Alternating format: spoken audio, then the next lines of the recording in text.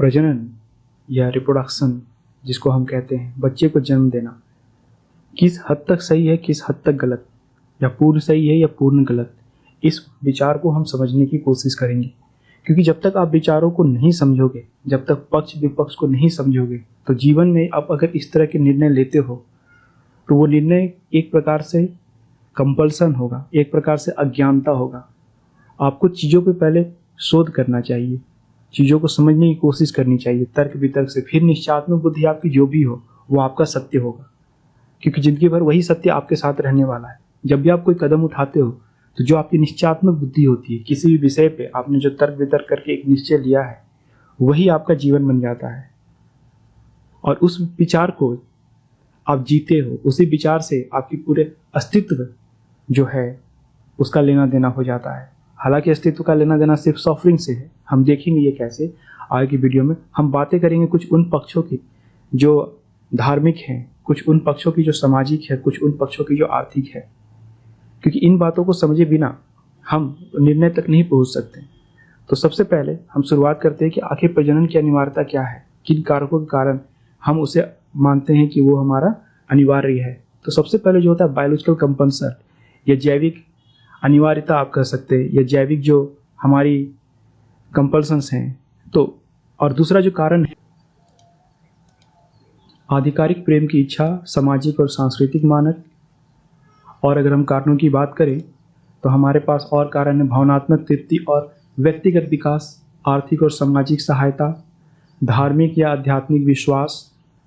तो इन कारणों पे हमारा डिपेंड करता है प्रजनन, या मुख्यतः हम जो बातें करते हैं। लेकिन इनके जो अलग पहलू हैं कि इंसान होने में और जानवर होने में जो भिन्नता है, उसको अगर हम एक तालिका में समझने की कोशिश करें और देखें कि दोनों में क्या भिन्नता है, तो उस भिन्नता को हम इस प्रकार से पाएंगे। इंसानों के जो पहलू हैं उनमें व्यावहारिकता की जटिलता है, बौद्धिक कारक है, सामाजिक सांस्कृतिक प्रभाव है, गर्भ निरोधक और परिवार नियोजन का उपयोग है, माता पिता, निवेश और बच्चे की परवरिश, ये सारे पहलू हैं। जैसा कि आप तालिका में देख पाते हैं कि व्यवहार की जटिलता में समाज, सांस्कृतिक और मनोवैज्ञानिक कारण होते हैं। वहीं पशुओं में ये देखा जाता है, लेकिन ज़्यादातर ये पर्यावरण संकेत होते हैं। लेकिन बौद्धिक कारकों की अगर बात करें तो जटिल निर्माण जो हम करते हैं निर्णय का अपना, वो हमारे इंसान के पास अधिक है, जबकि ये आपका जानवरों में उतना नहीं होता है। बेसिकली वो बायोलॉजिकली ही इंटेंसिव होते हैं, बायोलॉजिकली ही उनका मुख्य जो कारक हैं वो प्रेरित होता है। लेकिन सामाजिक और सांस्कृतिक कारण तो जानवरों में नहीं होते, इंसानों में होते हैं। नियमों और सांस्कृतिक मूल्यों के को हम प्रिजर्व करने की कोशिश करते हैं और उसी से हम प्रेरणा लेकर के कहीं ना कहीं प्रजनन में जाते हैं, बायोलॉजिकल कंपल्सन्स को ओवरकम करके। अब जो गर्भ निरोधक की बातें हैं, जो प्रेग्नेंट हो जाते हैं तो गर्भ निरोधक का भी उपयोग करते हैं, या उससे पहले हम करते हैं। तो ये जो तरह की चीज़ें हैं ये इंसानों में है, जानवरों में ये नहीं है। वो ज़्यादातर नेचर्स हैं, नेचर्स के जो भी परिस्थितियाँ आ गई उसके अनुसार उनका प्रजनन जो है बाधित या प्रेरित होता है। माता पिता, निवेश और बच्चे की परवरिश, इस तालिका के जो वर्ग में आप देखोगे माता पिता संरक्षण और परिपोषण में शामिल। इसका मतलब कि माता पिता बच्चों को बचपन से, जब बच्चा जन्म ले लेता है तो जैसे जानवरों को उसे आप छोड़ दो, उतनी ज़्यादा उनको ज़रूरत नहीं है परवरिश की, लेकिन इंसानों के बच्चों को बहुत ज़्यादा परवरिश की ज़रूरत है। They are completely dependent on their parents for upbringing. तो इन कारकों को अगर आप देखो और समझने की कोशिश करो तो कहीं ना कहीं आपको वो लकीर दिखेगी कि मानव के पास चुनाव है, पशुओं के पास वो चुनाव नहीं है। तो जब मानव के पास चुनाव है तो मानव इस चुनाव पे चिंतन करे, मानव इस चुनाव पे सोचे। तो सबसे पहले जो मुख्य जो मैं कारक को आपके सामने रखना चाहूँगा वो धार्मिक पक्ष रखना चाहूँगा। योग वशिष्ठ गर्भ धारण को नरकीय कहते हैं। ये रहा श्लोक। गर्भे दुर्गंध भूयिष्ठे जठराग्नि प्रदीपिते दुःखमयाप्तम यत् अस्मात् कानीय कुंभी पाकजम। अर्थात बड़ी भारी दुर्गंध करके युक्त जो माता का उदर है, जो वोम्ब है, वो पूरा दुर्गंध युक्त है, जो जठराग्नि करके प्रदीप्त है। उस गर्भ में आकर जो जीव को दुख होता है उससे कुंभीपाक नरक का भी दुख कम है। यानी योग वशिष्ठ कह रहे हैं कि ये जो गर्भ धारण की प्रक्रिया है इसमें जीव को बहुत ज़्यादा दुख होता है, बहुत ज़्यादा दुख होता है, इतना दुख कि वो उसे कंपेयर कर रहे हैं, काल्पनिक नर्क हो या वास्तव में उनके अनुसार जो भी है, वो कंपेयर करेगा। अगर कहीं नर्क भी है ना, तो उससे भी ज़्यादा दुखमय है जीव का गर्भ में आना। अब देखो अष्टावक्र क्या कहते हैं, हजारों मनुष्यों में से किसी एक भाग्यशाली पुरुष के चित्त में वैराग्य उत्पन्न होता है, उसके जीने की और भोगने की इच्छा भी निर्वित हो जाती है, क्योंकि संसार के पदार्थ में ग्लानि और दोष दृष्टि का नाम ही वैराग्य है। जितने संसार के उत्पत्ति और नाश वाले पदार्थ हैं, सब में दोष लगे हैं। संसार में स्त्री, पुत्र, धन और शरीर तथा इंद्रियां आदि सबको प्यारे हैं, और इन्हीं के सुख के लिए पुरुष अनेक अनर्थों को करता है। मतलब जो मोरालिटी है ना, वो डिपेंड करता है प्रजनन करने और ना करने पे, पिता होने और ना होने में, पुत्र होने और ना होने में, इससे संबंध होने और ना होने में, सब जीवों के बंधन के कारण है। इस वास्ते बिना इनमें वैराग्य प्राप्त हर हुए कदापि मोक्ष को नहीं प्राप्त होता है। इसी हेतु से प्रथम इन्हीं में दोष दृष्टि को दिखाते हैं। मतलब ये जो संसार है ना, दुखमय है इनके हिसाब से, और इनके जो भोग विलास हैं, जिसके लिए आप पुत्र को उत्पन्न करते हैं, बहुत सारे लोग जो कारण है कि मेरे बाद कौन भोगेगा, तो ये जो सारा आप इमोरल कार्य करते हो, मुख्यतः इनसे संबंधित है।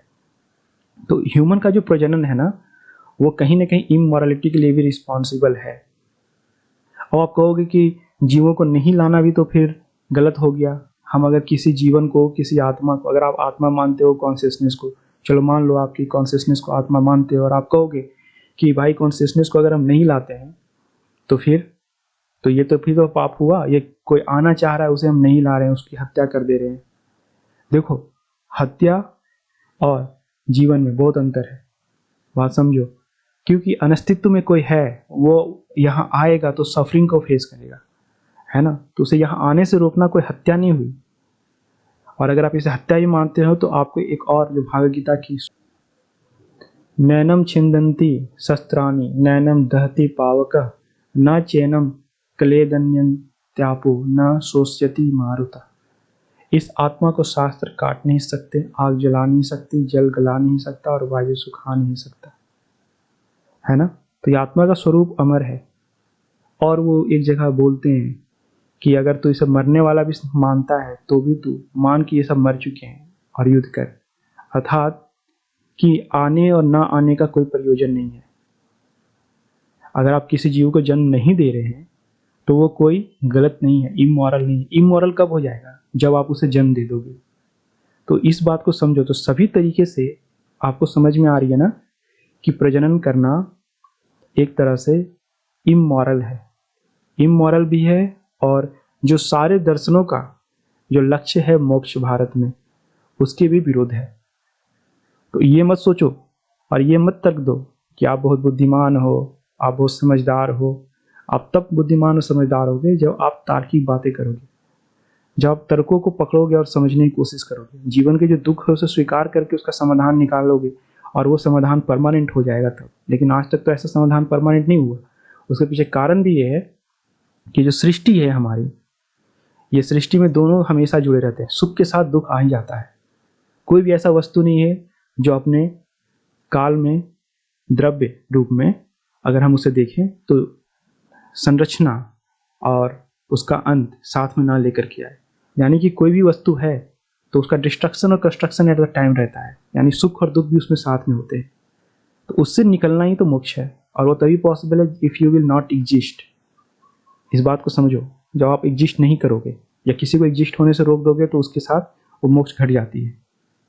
तो किसी को जन्म देना एक तरह से उसे बंधन में ही डालना है। अब रहा जहाँ तक बात सामाजिक कारणों का और आर्थिक कारणों का, तो देखो, अर्थ किनको जरूरत है? जो बहुत भोगीवादी हैं, जिनको चीज़ें भोगनी है, उनको सिर्फ अर्थ चाहिए। तो वो चाहेंगे ना कि उसके पास सत्ता भी हो, धन भी हो, और उसके लिए वो चाहेंगे कि आप प्रजनन करो और आपके बच्चे से वो लेबर कराएं, है ना, चाहे मानसिक हो, शारीरिक हो। क्योंकि ईश्वर का जो स्वरूप है ना, वो कर्म करने वाला नहीं है। ईश्वर कर्म करने वाला नहीं है, वो हमारी तरह करता नहीं है ना। और वो ईश्वर कौन है? वो आप ही हो। आपका स्वरूप ही ईश्वर का है।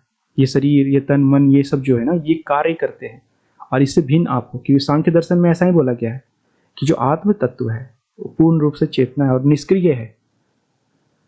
तो जो निष्क्रियता है वो आपके गुण है, ना कि क्रिया। क्रिया में आप जब तक रहोगे तब तक आपको दुख सुख मिलेंगे।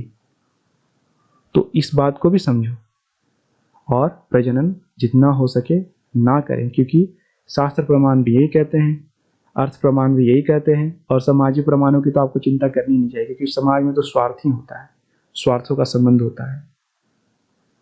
धन्यवाद।